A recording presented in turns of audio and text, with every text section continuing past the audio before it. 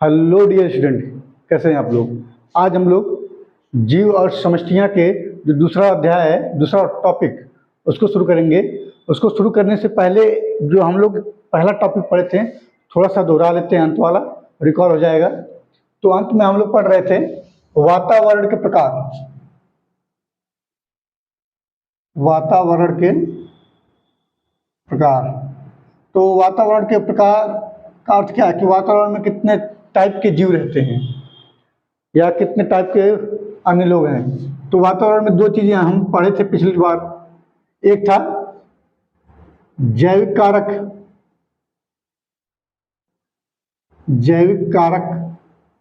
और एक है अजैविक कारक। अजैविक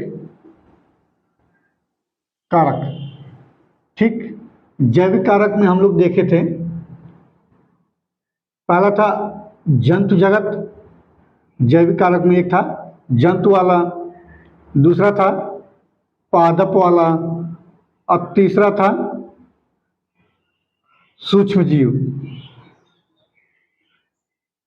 तीसरा है सूक्ष्म जीव वाला, ठीक है। जैविक कारक में तीन चीजें हम देखे थे, जंतु, पादप, सूक्ष्म जीव। अब बात किया जाए अजैविक कारक की, तो अजैविक कारक में पहले बात करते हैं हम तापमान की, उसके बाद बात करते हैं जल की, उसके बाद बात करते हैं प्रकाश की, फिर आता है मृदा की।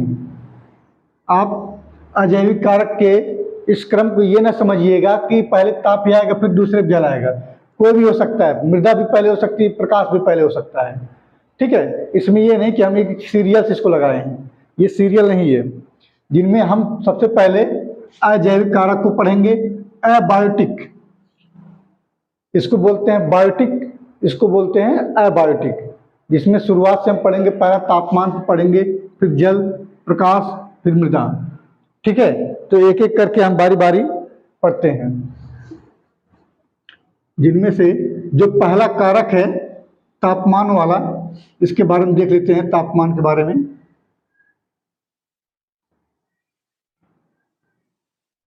कि तापमान हमारे जीवन के लिए या अन्य चीजों के लिए कितनी आवश्यक चीजें होती हैं, ठीक है। तो एनसीईआरटी में एक शब्द दे रखा है तापमान के लिए, प्रासंगिक कारक। प्रासंगिक कारक, ठीक है। पहला ही शब्द है एनसीईआरटी का कि तापमान हमारे जीवन के लिए प्रासंगिक कारक होता है। अब ये प्रासंगिक कारक क्या होता है?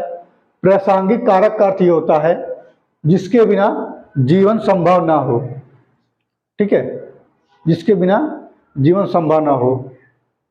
तो यहाँ पे अगर देखा जाए तापमान, जैसे मान लिया हमारे शरीर का तापमान, शरीर का तापमान कितना होता है? 37 डिग्री सेल्सियस, ठीक है। हमारे शरीर का तापमान 37 डिग्री सेल्सियस होता है। अब ये बताइए, हमारे शरीर के ताप को भी तो यही टेम्परेचर प्रभावित कर रहा है, यानी कि हमारे शरीर को जिंदा रखने के लिए यही ताप प्रभावित कर रहा है। अगर ये ताप ना मिले हमारे शरीर को तो क्या हम जिंदा रह पाएंगे? नहीं ना भाई। अगर अधिक होगा तो भी नुकसान होगा हमारे शरीर को, कम होगा तो और ज़्यादा नुकसान होगा। भाई व्यक्ति की मृत्यु होती है तो सबसे पहले क्या चेक किया जाता है? उसका शरीर इस तापमान से कितना कम या ज़्यादा है। भाई बुखार होता है जब, तो हम क्या कराने जाते हैं? वहाँ पे बुखार नापवाने थोड़ी नहीं जाते हैं। बुखार नापने की कोई मशीन नहीं होती है, ठीक है। जो थर्मामीटर से नापा जाता है वो सिर्फ टेम्परेचर नापा जाता है कि आपके शरीर का टेम्परेचर कितना है। बुखार नापने की कोई मशीन ही नहीं होती है। बस इससे अनुमान लगाया जाता है कि आपके शरीर का टेम्परेचर बढ़ रहा है तो आपके शरीर में कुछ गड़बड़ी होगी, ठीक है। तो ये तापमान जो है हमारे शरीर के लिए अति आवश्यक है। इसीलिए यहाँ पे लिखा है प्रासंगिक कारक, यानी कि जिसके बिना जिसके बिना जीवन संभव ना हो। ठीक है, मतलब ये तापमान अगर नहीं रहेगा तो क्या जीवन संभव है?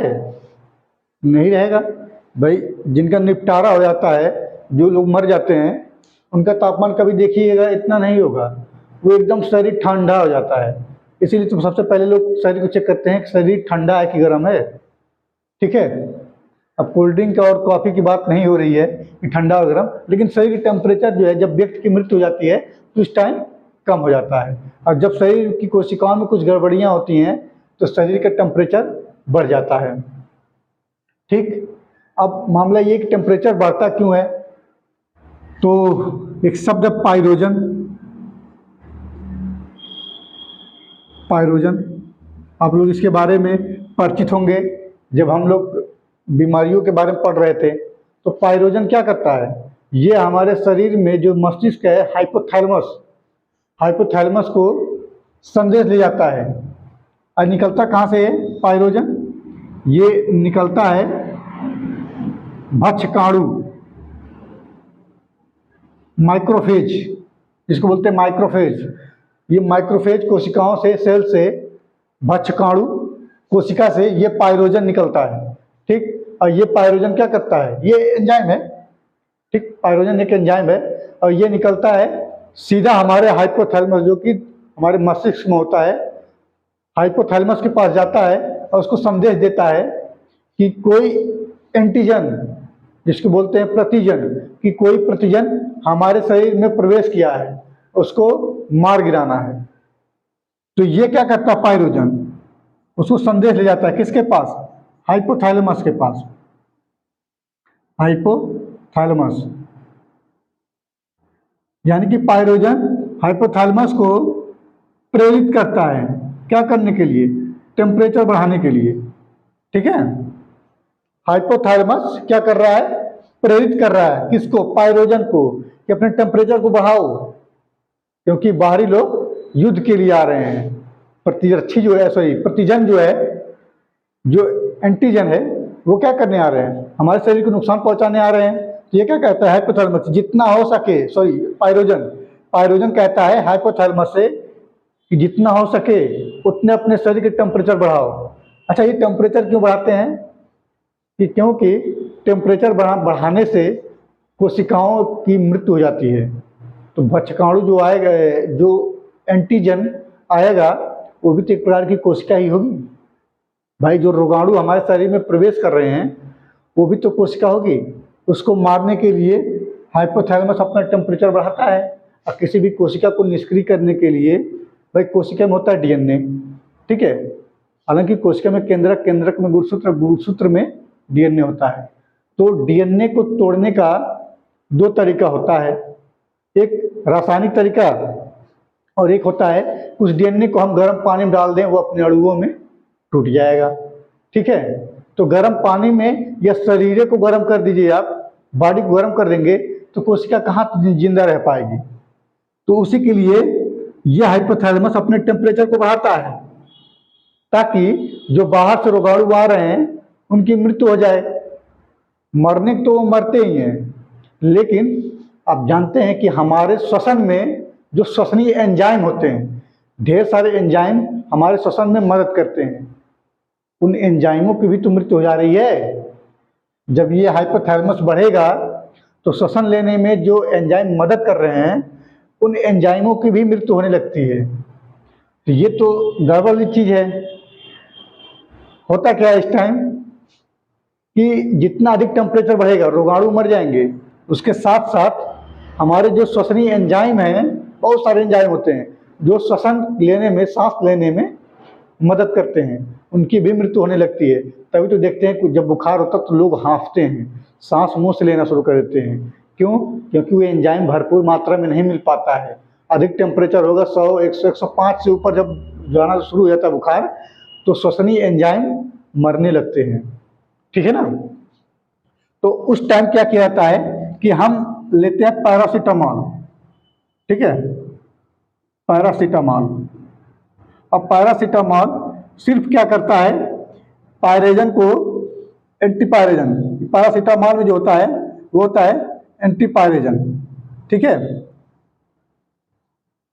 पैरासीटामॉल में एंटीपायरेजन होता है, यानी कि इस पायरेजन को कम करने या निष्क्रिय करने की क्षमता होती है। ये बुखार वगैरह का दवाई नहीं होता है पैरासीटामॉल।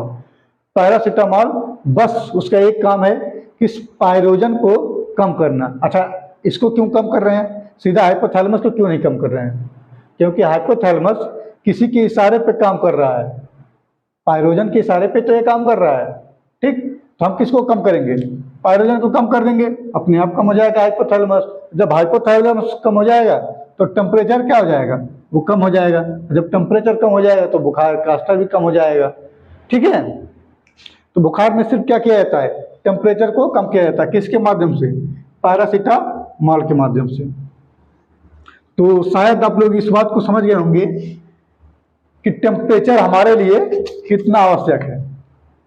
तो हमारे जीवन के लिए वास्तव में बहुत जरूरी है तापमान, क्योंकि अगर तापमान हमारे शरीर से कम हुआ या अधिक हुआ तो वो हमारे लिए हानिकारक होगा, ठीक। ये तो पहला है, पहला पॉइंट इसमें तापमान का। उसके बाद एक शब्दावली और है आपके सिलेबस में, जिसको बोलते हैं पृथुजा तापी, ठीक है, इसको बोलते हैं पृथुजा तापी। अब ये मामला पृथुजा तापी क्या होता है, तो पृथुजा तापी का अर्थ ये होता है, अच्छा इसको समझने से पहले एक शब्द और जान लीजिए, उसके बाद हम बता देते हैं। ताप और ऋतु,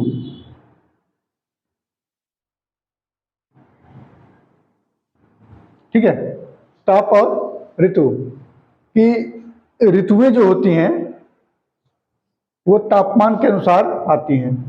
भाई तापमान बढ़ेगा तो सर्दी का ऋतु आ जाएगा, तापमान बढ़ेगा तो गर्मी की ऋतु आ जाएगी, तापमान घटेगा तो ठंडी की ऋतु आ जाएगी, तापमान इक्वल रहेगा तो बरसात का, न ज़्यादा गर्मी न ज़्यादा ठंडी, ठीक है। तो होता कैसे है, थोड़ा सा आपको हिंट देते हैं हम कि ये है पृथ्वी का ग्लोब, ठीक। इस पे यहाँ पे एक 0 डिग्री है जिसको बोलते हैं भूमध्य रेखा, ठीक है, भूमध्य रेखा। और यहाँ पे है 23.5 डिग्री, इसको बोलते हैं कर्क रेखा।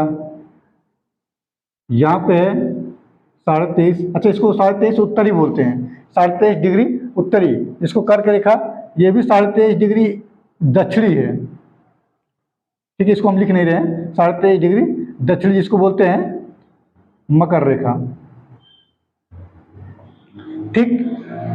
कर्क रेखा, भूमध्य रेखा, मकर रेखा। 0 डिग्री पे भूमध्य रेखा रहता है, 23.5 डिग्री पे कर्क रेखा रहता है, वो भी उत्तरी अक्षांश, 23.5 डिग्री दक्षिणी अक्षांश पे मकर रेखा रहता है, ठीक है। अब जो तापमान होता है सूर्य, वो यहाँ से बीचों बीच से निकलता है, और जो इसकी गति होती है वो यहाँ से यहीं तक आता है, 23.5 उत्तरी, 23.5 दक्षिणी, इसी के बीच में ये सूर्य पृथ्वी का चक्कर लगाता है, ठीक है। अब जहाँ पे जैसे मान लीजिए 0 डिग्री है भूमध्य रेखा, तो यहाँ पे सूर्य की किरणें, यहाँ पे सूर्य की किरणें सीधे आएंगी ना, यहाँ पे ये तो किरणें तिरछी हो जा रही है, यहाँ पे भी देखिए तिरछी हो जा रही है, ये तिरछा हो रहा है ना, और ये भी तिरछा हो रहा है, सीधा कौन हो रहा है, ये वाला। तो यहाँ पे जो भूमध्य रेखा है, यहाँ पे दक्षिणी अमेरिका का कुछ हिस्सा है, साउथ अफ्रीका का कुछ हिस्सा है, ठीक। तो जहाँ पे सबसे अधिक ताप होता है वहाँ पे सबसे अधिक गर्मी होती है, ठीक है। यहाँ पे सबसे अधिक ताप है 0 डिग्री पे, तो यहाँ पे सबसे अधिक गर्मी भी होगी, और जहाँ पे सबसे अधिक गर्मी होती है वहाँ पे सबसे अधिक जीवाणु भी पनपते हैं, क्योंकि गर्म क्षेत्र पे भाई बरसात भी होती है, और बरसात जब होगा तो वहाँ पे जीवाणु भी पनपेंगे, और जब जीवाणु आएंगे वहाँ पे बीमारी भी अधिक होगी। अब बीमारी जहाँ पे अधिक होगी वह देश आप सोच सकते ज़्यादा अमीर थोड़ी ना होगा भाई, यहाँ पे कोई फसल भी नहीं होती है। तो 0 डिग्री पे बसने वाले जितने देश हैं वो ज़्यादातर गरीब देश ही हैं। ठीक है, साउथ अफ्रीका वगैरह जो कुछ हिस्से जो इस पे हैं, दक्षिण अमेरिका के जो 0 डिग्री पे स्थित हैं, वो सब गरीब क्षेत्र हैं या गरीब देश हैं। ठीक है, देखिए एक बीमारी आई थी मंकी पॉक्स, सुने होंगे आप लोग जरूर। मंकी पॉक्स जो था वो यहीं से निकला था, अफ्रीका से ही, साउथ अफ्रीका से। आप जानते हैं साउथ अफ्रीका किस पे है? इसी पे है, 0 डिग्री पे है। ठीक है, इसीलिए तापमान जो है हमारे देश की इकोनॉमी को भी, जान लीजिए एक प्रकार से कह सकते हैं कि हमारे देश की आर्थिक व्यवस्था, विश्व की, माफ कीजिएगा, विश्व की आर्थिक व्यवस्था को भी निर्धारित कर रहा है। भाई देखिए इधर उत्तरी में इधर कम प्रकाश पड़ रही है तो हम लोग सभी प्रकार की फसल बो सकते हैं। ठीक है, यहाँ पे ऋतुएं बदलती रहती हैं, यहाँ पे दक्षिणी में यहाँ पे भी वही चीज़ें हैं, लेकिन यहाँ पे जब आएगी सूर्य की किरणें तो सीधा सीधा पड़ेंगी, और जब सीधा पड़ेंगी तो गर्मी बहुत अधिक होगी, इतनी गर्मी कि लोग गर्मी से मर जाएंगे कुछ लोग। ठीक है, और तापमान जैसे ऋतु कम लिखे हैं, भाई ऋतु तापमान के अनुसार ही तो बदलती है। भाई तापमान जैसे मान लीजिए सूर्य की किरणें यहाँ पे आ गई, ठीक, तो इधर की तापमान कम हो जाएगा। भाई मकर रेखा, भूमध्य रेखा का तापमान कुछ कम हो जाएगा, ठीक, मकर रेखा तो एकदम कम हो जाएगा, तो यहाँ पे पूरा ठंड हो जाएगा। तो ये किसके कारण हो रहा है? तापमान की वजह से यहाँ की ऋतु बदलेगी ना, मकर रेखा के।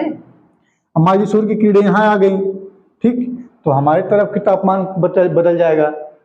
तापमान जैसे सूर्य की किरणें इधर आई तो ऋतुएं बदल जाएंगी हमारी तरफ की। ठीक है, ये तो रही भूगोल की चीजें जो आपको यहाँ पे अजैविक कारक में हम पढ़ा रहे हैं। अब जो शब्दावलियां हम बता रहे थे आप लोगों को,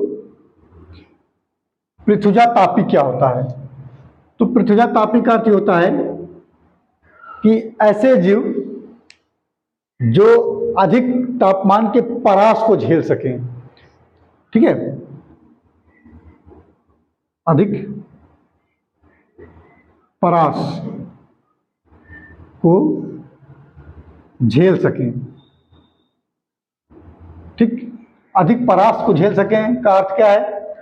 जैसे एक शब्द होता है तापांतर। तापांतर, तापांतर का अर्थ क्या है कि जहां पे ताप का अंतर अधिक हो उसे बोलते तापांतर। वैसे ही परास है, परास का अर्थ ही होता है कि ऐसे जीव जो टेम्परेचर को, मान लीजिए 20 डिग्री है और 20 से 45 डिग्री, तो ये जो अंतर आ रहा है 20 जो जीव 20 को भी सह सके, यानी कि जो जीव 20 डिग्री टेम्परेचर को भी सह सके और 45 डिग्री टेम्परेचर को भी सह सके, उसे क्या बोलते हैं? अधिक परास के क्षेत्र को झेल सके। ठीक है, और ऐसे जीव जो इस परास को झेल लेते हैं उसको बोला जाता है पृथ्वीजा तापी। ठीक है, जो तापमान के इस क्षेत्र को, भाई हम लोग क्या हैं, इंसान, इसी का एग्जाम्पल है ना पृथ्वीजा तापी का। भाई हम 20 डिग्री को भी झेल सकते हैं, 45 डिग्री को भी झेल सकते हैं। अब ये ना कहिए कि सर जी हम तो 18 भी कर लेते हैं, 15 भी कर लेते हैं, होता है, हम लोग कम भी झेल सकते हैं और अधिक को भी झेल सकते हैं। ठीक है, इसको बोलते हैं पृथ्वीजा तापी, जो अधिक परास को झेल सके। उसके बाद एक शब्द है तनुतापी। तनुतापी, अच्छा एनसीईआरटी में जो एग्जाम्पल दे रखा है पृथ्वीजा तापी का, वो 2 एग्जाम्पल है। एक ह्यूमन, मनुष्य, भाई सभी मनुष्य झेल सकते हैं, और एक गाय दे रखा है। हालांकि यहाँ पे मवेशी देना चाहिए या फिर जानवर देना चाहिए, वो सीधा गाय दे दिया है, तो दोनों सही है। हम तो एग्जाम्पल अब हमको देख ही रहे हैं इंसानों को, हम इंसान क्या करते हैं, कम को भी झेल लेते हैं, अधिकतम को भी झेल लेते हैं, उसे बोला जाता है पृथ्वीजा तापी। अब तनुतापी क्या होता है? जो कम टेम्परेचर को झेल सके। ठीक है, जो ताप के अनुसार कम टेम्परेचर को झेल सके उसे बोला जाता है तनुजा तापी, सॉरी तनुतापी। तनुतापी, तनुतापी का अगर देखा जाए एग्जाम्पल तो वह सील। ये सील जो है ये अधिक टेम्परेचर को नहीं झेल पाती है। ये ध्रुवीय क्षेत्रों में ज़्यादा पाए जाते हैं सील वगैरह, और ये बहुत कम टेम्परेचर को झेल पाती है, यानी कि जो परास है इसका वो कम होता है। हमारा क्या है, हम कम को भी झेल सकते हैं, अधिक को भी झेल सकते हैं, लेकिन ये ऐसा नहीं है। सील के पास जो ये अंतर है, जो परास है, वो कम होता है। ठीक है ना। तो ये हम अभी तक इस तापमान के बारे में पढ़ रहे थे, और अगला सेशन में हम पढ़ेंगे जल के बारे में। अगर ये वीडियो पसंद आया हो तो उसको सब्सक्राइब, लाइक और शेयर तो बिल्कुल ही कीजिएगा। ठीक है, बहुत बहुत धन्यवाद। Thank you.